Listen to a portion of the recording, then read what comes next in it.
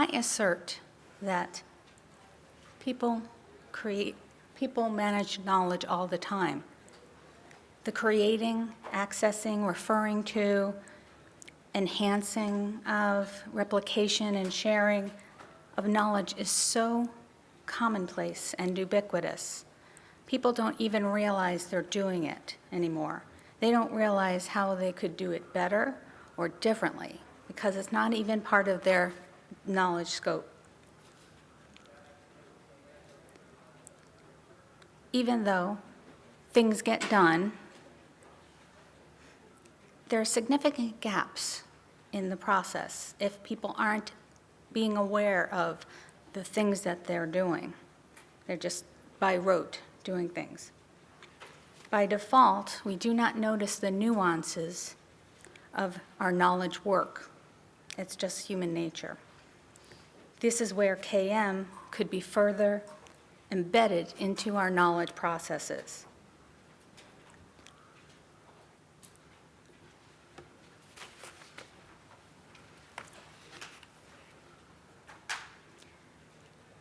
In line with this, I was thinking about maybe mindfulness. How many people are interested in mindfulness or mindful knowledge work? Okay, great. So I was thinking about how that's what I'm talking about, how we could be more mindful in how we do our knowledge work, finding knowledge, using knowledge. So I went and looked at a little bit about knowledge, about mindfulness and what that was.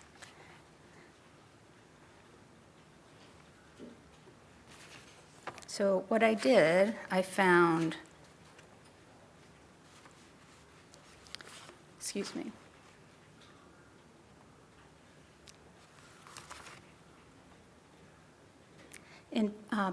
I took a course, Practicing Mindfulness, an Introduction to Meditation by Dr. Mark Busey, and he asserts that many of us go through life not being aware of the present moment.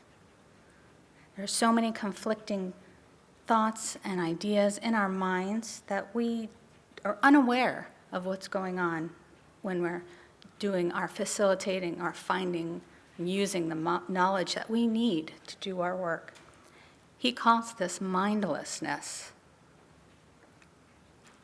And I posit that mindless facilitation of knowledge, it serves to severely shortchange the result of what we're doing, because nobody ever notices. They just, what did we do last year? The most depressing thing I had spoken to me by a client was, well, we've done it that way for 20 years, so why change? Meanwhile, they're not taking advantage of the benefits that they could be.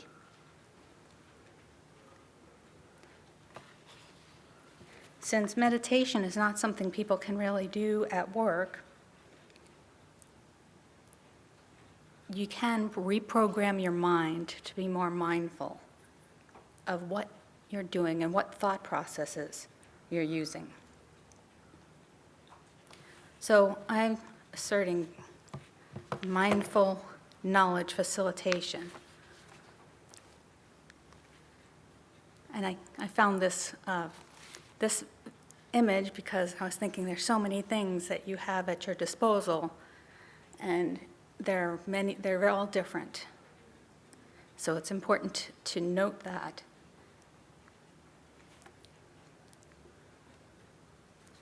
So mindful MFK is maintaining a moment-by-moment awareness of the knowledge being absorbed, used, consulted, and shared while remaining cognizant of potential adjustments and to leverage improvements and greater harmony.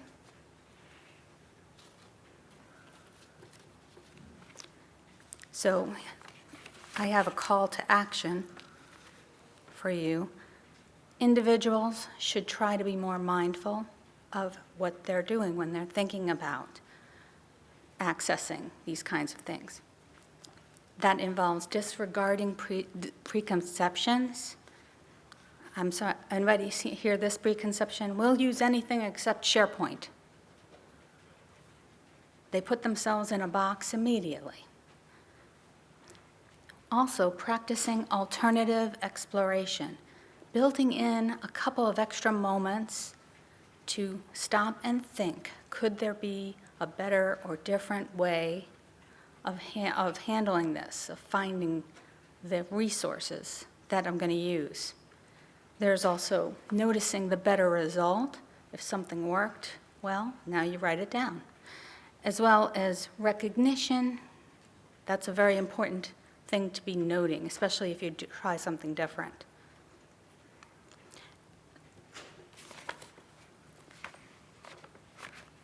We're going to try some alternative knowledge,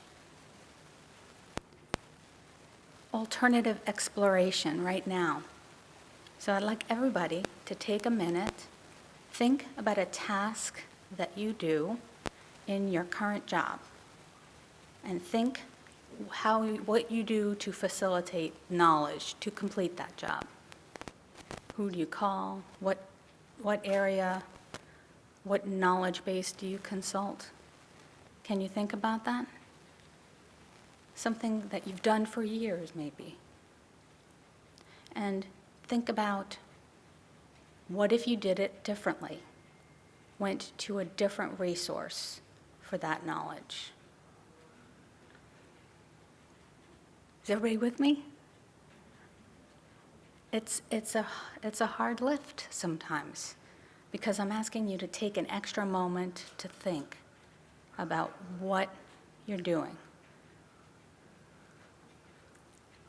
Can you turn to your partner, turn to a person on your side, and just talk about what task you're thinking of and how you normally would grasp knowledge and collect information?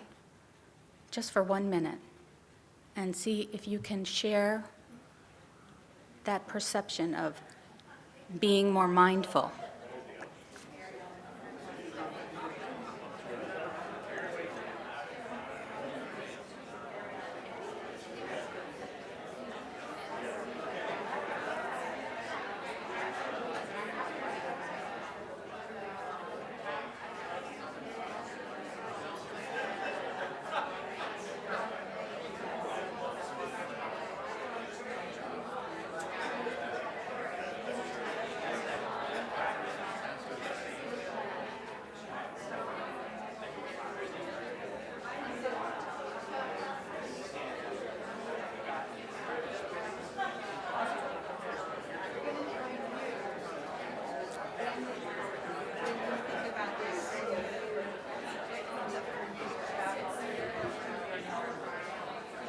What comes up for me?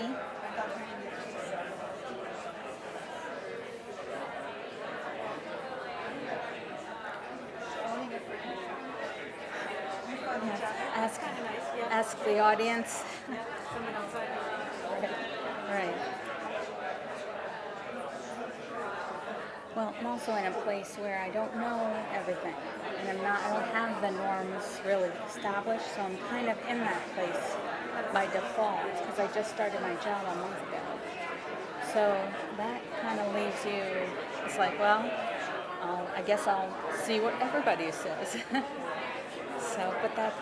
But after you've been in a position for a while, you have a certain roll call, like, oh, I'm going to do this, I'm going to call this person, and then I never think about maybe trying something else and seeing what perspective I'm going to get, because you don't get any perspective. You keep going to the same people for the same.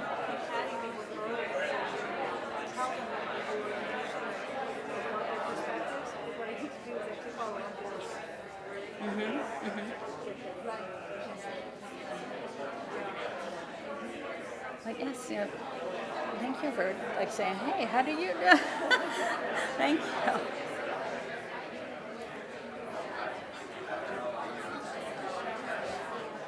Okay, everybody. If I could call you back. And I'm excited because I hear all this talking and discussing, and Let me ask you, how did that feel? Can you see yourself doing that just in the normal processes of your work when you're there, starting a new project, getting information? It feels a little uncomfortable. Yeah, I could face doing it one time out of 5. I think it's going to be a little bit awkward, and sometimes it's like, well, the schedule doesn't have that time built in, right? So, but that alternative exploration is something that people need to be thinking about, and it gives them the perspectives, a different perspective that they may never have seen before.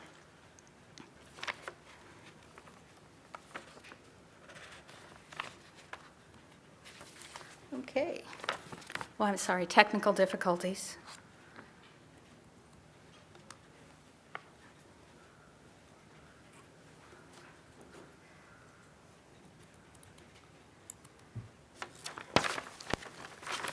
Gee whiz.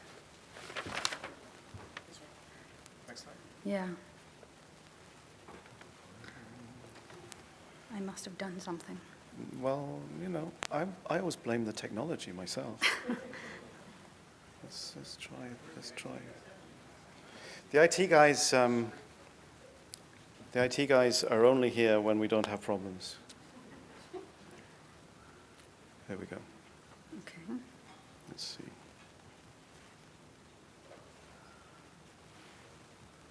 There we go. It went Thank to you. sleep. Thank you. Thank you. I'm going to try not to touch it again because it doesn't like me. Okay. What really fascinates me, too, is the Agile methodology that people are embracing, PMI, project management. Agile actually is embedded with mindfulness. Everything from things like iterative processes, daily stand-ups, retrospectives, these things where people stop and talk. They listen to each other. You see things you could collaborate on. It's a very mindful kind of process for doing things. At the PMI Organizational Agility Conference, Josh Seiden was talking about the need for organizations to change the principles under which they normally do business. Embracing continuous change, manage with outcomes, not outputs, not number of widgets. Create team collaboration. Collaboration improves outcomes. And create a learning culture. And that means failure is learning. How many people's organization think that? Anybody? Because I know that many times a failure is like a death sentence. But we could be learning from our failures. So mindfulness is baked in to the Agile methodology. What I have for you is some examples. For 11 years, I was a knowledge manager at the Department of State at the Foreign Service Institute, so the learning arm of the State Department. And I was kind of a lone knowledge manager, and I was eternally trying to find ways to get people to be aware of knowledge management, how they were doing things. What I came up with is that there are things you can do, events that you can have and publicize, and this will bring that whole knowledge moment into the forefront of people's minds, which normally it wouldn't be. So one is, if your organization is going to adopt mindfulness or making people be more aware and mindful, then you can launch a campaign where people do be more mindful and note their successes. there's also alternative exploration, which you all just experienced, and maybe those kinds of things, encouraging that from your team, because that may uncover some new perspectives that would create benefits that you would not have seen before. I also say, and this is something I try to do at State, is hold knowledge management events. And this actually really communicates the issue of knowledge and how people are using it, where they're going to find things, what is not in current anymore, and what they may be responsible for. Talk about knowledge stewardship. If you don't attach a name to content, it will probably go stale, it won't be updated, it won't be maintained, and people won't look at it again. Lots of dead stuff that will be in your knowledge base. So I'm going to show you about Link to Learning, a regular knowledge sharing event, which I used to do every 2 times a month. Knowledge cafes, because cafes are a really great knowledge management tool where people can get involved in the whole, oh, that's interesting, how did they do that? That's really successful. And you bring people into the fold. Share fairs, KM share fairs, those are things that are really fun. And Knowledge Management Awareness Week. Has anybody heard of that before? Knowledge Management Awareness Week? Okay. Well, I'm glad that you didn't ask, but I would like to tell you about Knowledge Management Awareness Week. But here are some examples of these things.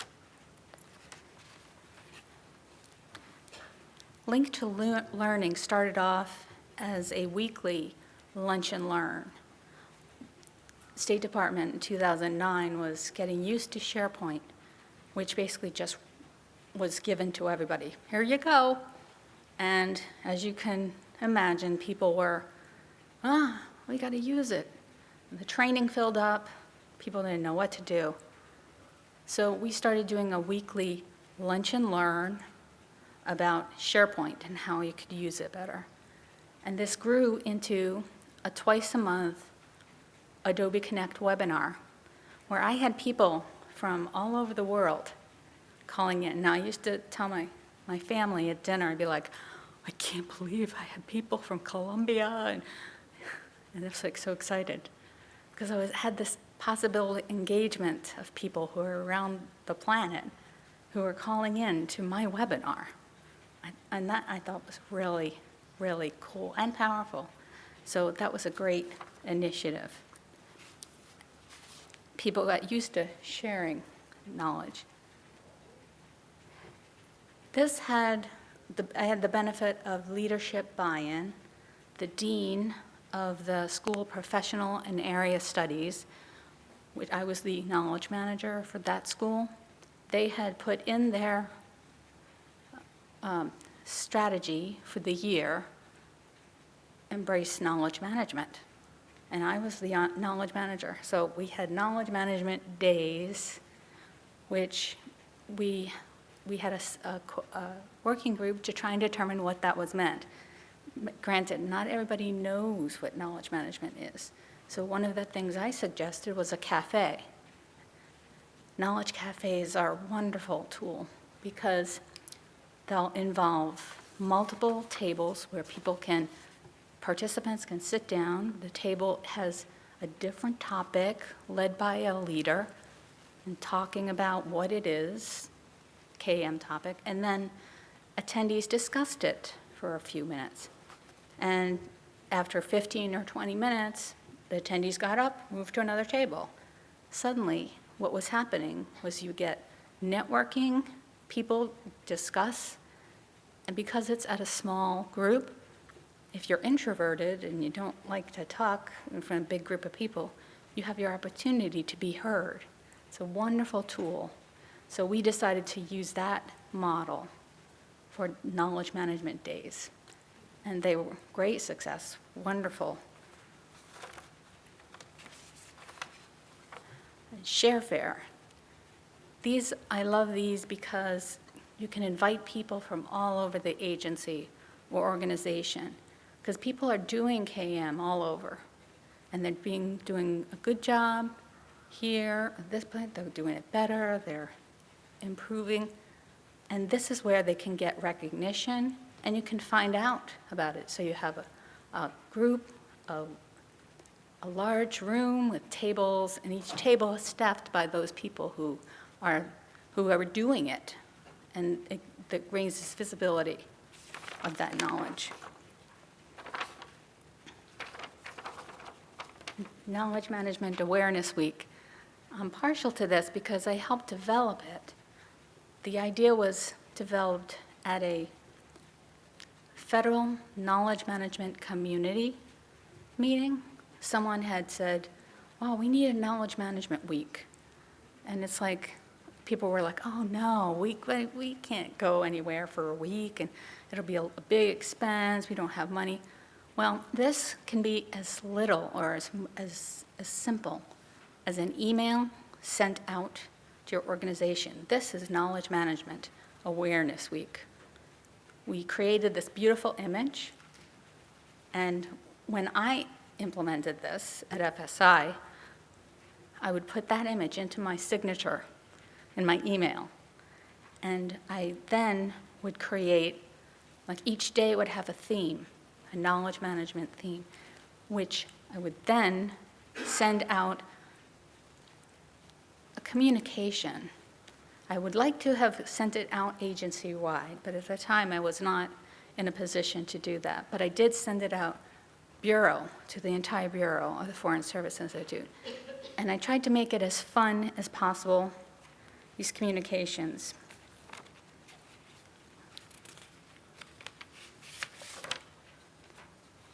It's a great time to live, technology-wise, because you can make puzzles and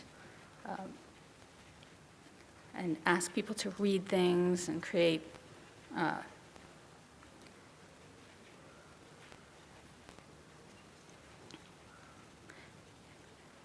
crosswords based on something that you, like a resource that you cited.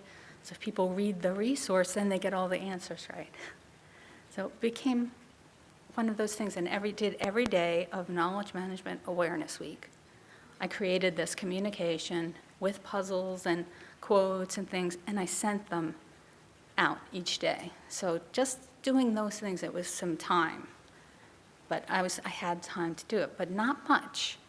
But it made everybody have focus on knowledge management and what they were doing. So this is originally it was structured to be the third week of September. However, I've been at Defense Security Cooperation Agency for a month, and when I told them about that, they're like, "Oh, we want to have one." I said, "Well, let's do it in January." So it doesn't have to be when it was first scheduled, but the idea is, and the goal was to try and get many agencies to celebrate the week. This is a whole week where you can get people involved in things that they don't think about often, like cleaning up your shared drive. That's the stuff that no one wants to think about. Making sure your knowledge base is current and being grown, and things that you just don't think about. So there was each day a knowledge base day, or sharing, knowledge sharing.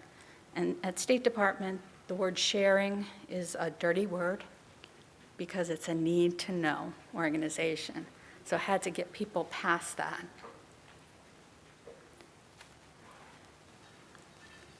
So these are some tools and things that I've done. However, embracing mindfulness in regard to how you facilitate knowledge and use it in your job, organizations can see these benefits. There are things that are unexpected because you would not have even known about them if you hadn't built some time in for alternative exploration. Individuals are more aware of that moment when they're facilitating knowledge in order to do the job, something that they really didn't think about before. Agile organizations, by nature, will become resilient because they embrace change, listen and respond, leverage team collaboration, and improve outcomes. Recognize that failure is learning. And regular knowledge management events in your organization encourages more mindful strategies and publicly recognizes the good knowledge work that's going on. Because if people don't get noticed, the best way to encourage the behavior you want is to recognize it and reward it.